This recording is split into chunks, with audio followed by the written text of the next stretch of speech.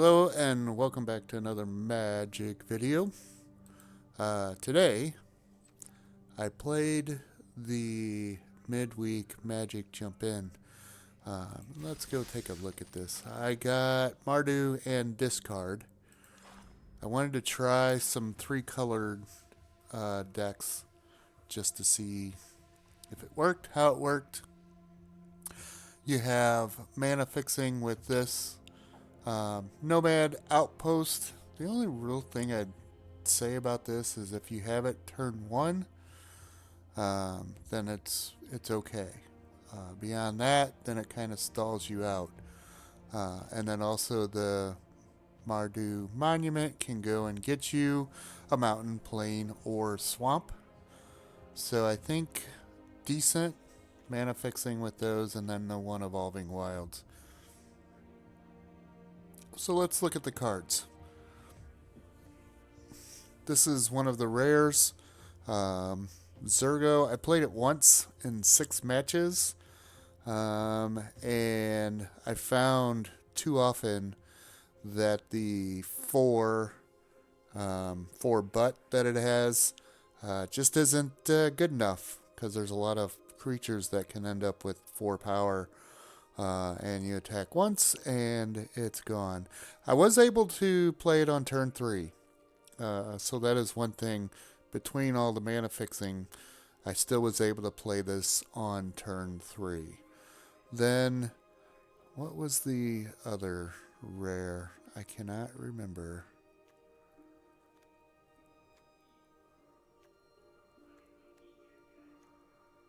That's pretty sad. I don't know that I got. Oh, yeah. The Corey Still Cutter. I should have looked at it. The time I played this, I won the game. So I did have quite a few other tokens out. Plus, I had a pretty wide board. So I do like this card. I think this is a good card for even putting in the standard deck. Alright, so those are the 2 rares. This Defibrillating Current. So with this mana base, I was still able to play it for a white, a red, and a black. So I didn't have to pay 6, which is pretty cool. And then the Bone Cairn Butcher. The only time I played that was the same time I played this, and I lost that game. I couldn't get enough going. Whereas there was somebody playing the +1/+1 deck, and I don't know, they ended up huge with Trample, and I couldn't keep up with it. The War Effort, I do like this card. I think it's decent.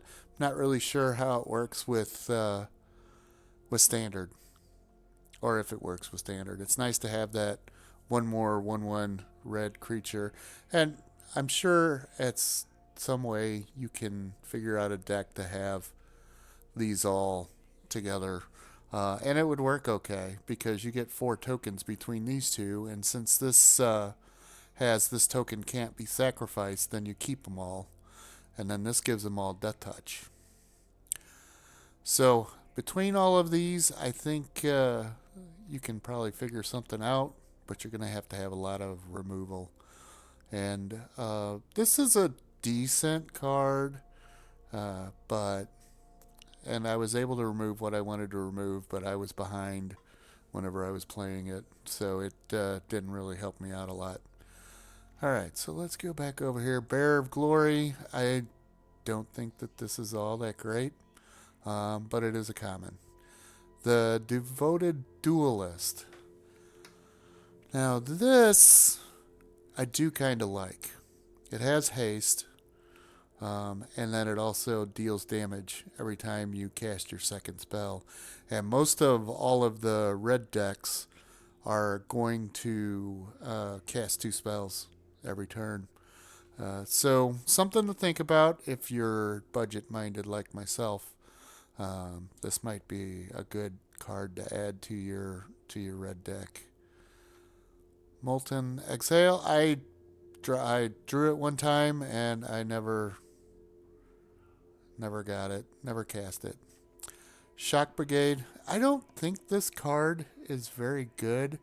I do like, another mobilize card, but it's just a 1/3. And like I said, I had decks that had 4 power like in no time. So it just dies the first time.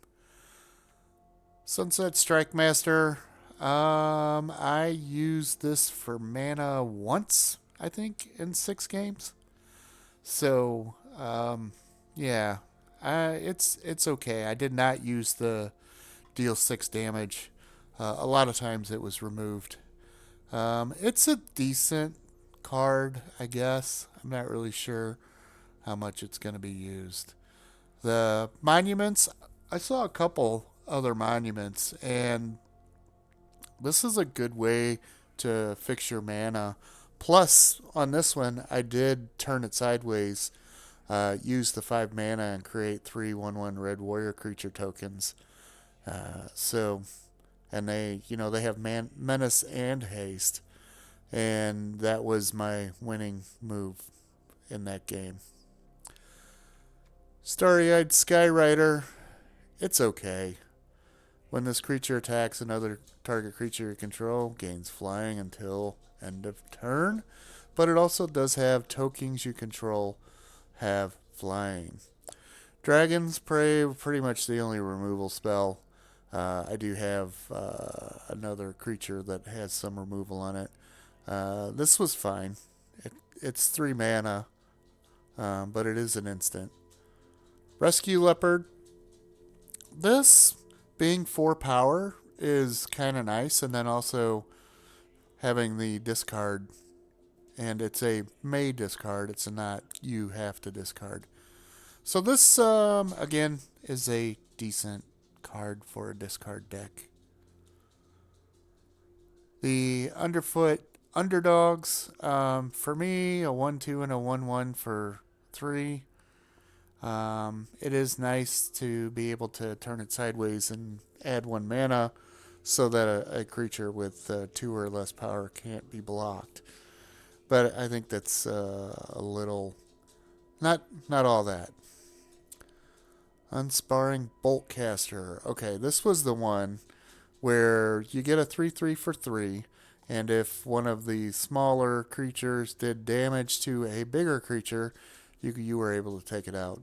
Most everything could be taken out with a 5, but there were some that got bigger quicker that it wasn't able to do anything with. So again, average card. Maybe if you have a spell burst, you can do that. And then this, and you can take out a creature with 7 power. Or spell burst, not spell burst, but lightning burst. Zergo's Vanguard. I never drew this card, never played this card. Equilibrium Adept. I drew this card, but I never got around to playing it. This card I did play because it had the treasure token, so I was able to play an extra card and moved it to 4/4, and then so that helps some, and it does have prowess. So, but I still wouldn't. This is not something to make for standard. War Effort, I've already talked about.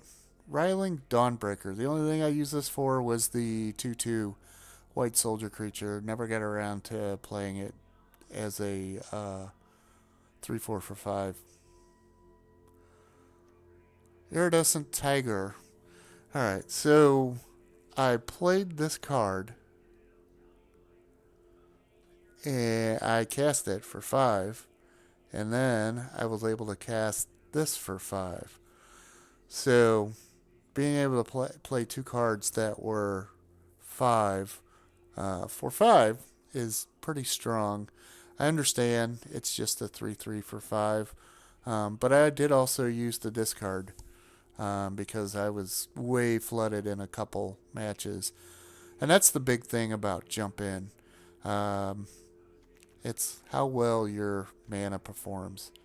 And there were a couple games where I just had too many of the tapped lands, and just couldn't keep up with some of the faster decks. But that's it for my rundown on Mardu and Discard. I think these are fine. Like I said, I went 3-3, and most of it was I would have like too many lands and this monument, so I didn't have any luck. Uh, and then the one I brought this out and had this out, and maybe where's the other tiger? The rescue leopard. I had these out, but they had big boys with trample, and I just couldn't keep up. And it's like whenever I played him, the very next turn, they played a 4 power, uh, so I wasn't able to attack in. So that's it for this video. We're gonna keep moving on. I thought about going ahead and getting my 500. But I think I'm going to hold off on white or green because I can't seem to re-roll to a 750 for anything here lately. But I'm going to keep this, try to re-roll for a 750. I'm up to 9 wins for the week, so I'm fine with that. Just a little bit longer and I will have an orb, and then I'll be moving into my next pack. So let's see what we can spend our orbs on. Beator.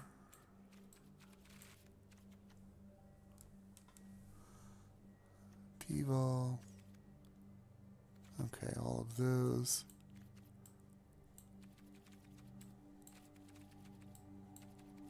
Oh, quite a few.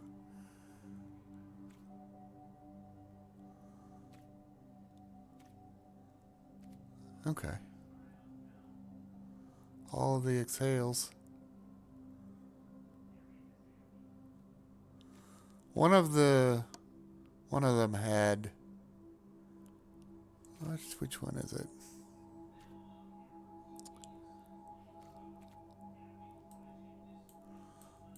One of the decks I played. I do kind of like this card. I'm not gonna lie.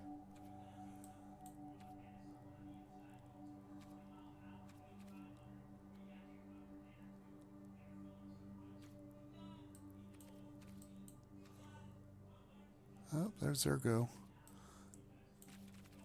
You gotta have some good removal and keep the table clean. Let's see.